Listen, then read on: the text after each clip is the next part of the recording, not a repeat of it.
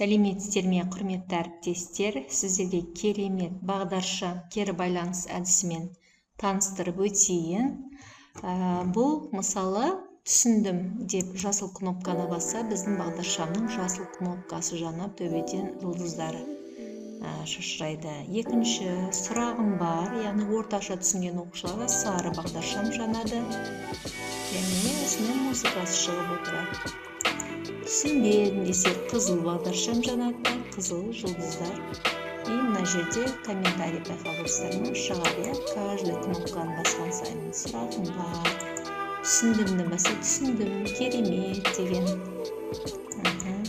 Енді бізде байқасаңыздар цифрлар, қанша оқушы қалай жауап бергендігі туралы цифрларды байқап отырасыздар.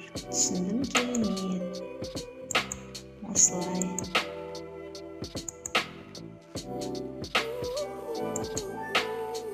Қайта бастау деп қайтадан бастасаңыздар болады. Мына кнопканы бастасаңыздар қайтадан бастауға болады.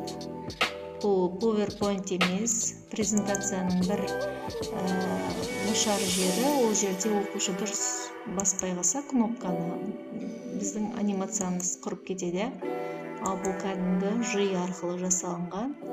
Сондықтан да еш қорықпай оқушылар баса береді.